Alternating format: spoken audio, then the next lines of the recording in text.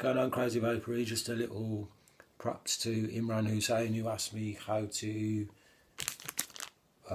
wick up stock coils when you get any kind of new tank with a device. For any of you that want to know what I'm vaping in a minute, it's Mish, which is like a cherry tart on my RX 200S and my Cleto XO tank. It's coming in at 1.6 ohms, 80 watts.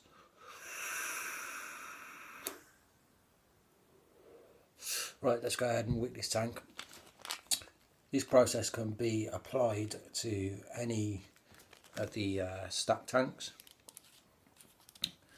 that you get with any kind of kit. They're all pretty much the same apart, well, with the exception of rebuildable sections, which we won't go into because I don't want to confuse him. So let's open a new coil. This is the I/2 tank. So you do is you open your coil, and as you can see, that is the coil for the I/2. Should be the same if you get the V8 stick or the Vape Pen 22. I've got no coils to show you on my Vape Pen 22, which is similar to the V8 stick. It's just the V8 stick's a bit bigger and got more battery life.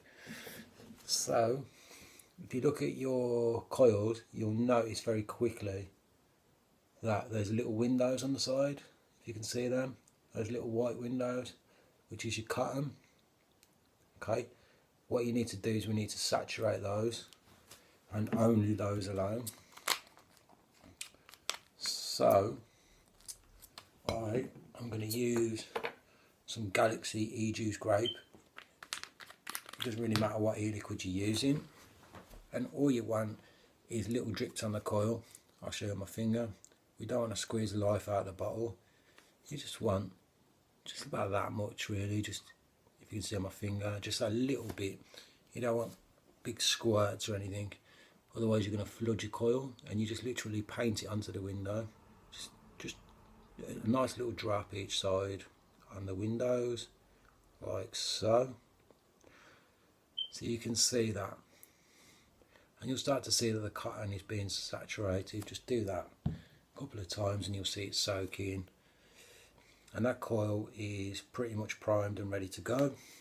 So all you do is just get your tank, and then you put your coil inside your tank, like so.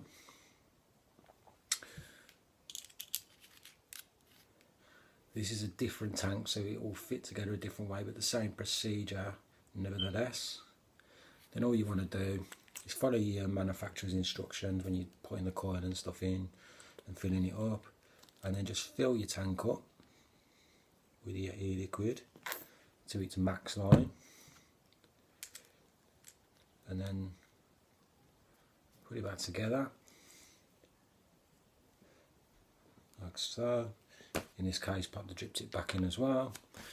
Then what you want to do is, without actually firing it and putting any power to it, just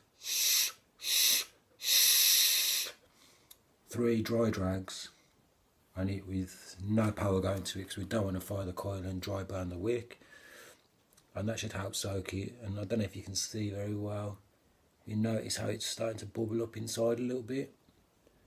That shows that it's wicking, and then we'll just put it to one side or on top of the device and leave that for 3-4 minutes, and then we can come back and then you can start vaping that because the cotton's all soaked. Some people say that, you know, if you used to take the drip tip off or whatever, you can drip just inside of the sensor down into the middle. I find that if you're a newbie or you're inexperienced, you can put too much in and flood your coils, and then it's all going to leak out of this airflow here. So it's probably best just to apply the method Imran that I've just shown you, and that would apply to most stock coils with the exception of rebuildables. Don't forget, as always, follow us on Instagram. You can see us on YouTube.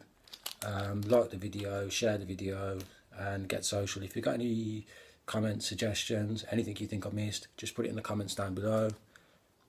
Peace.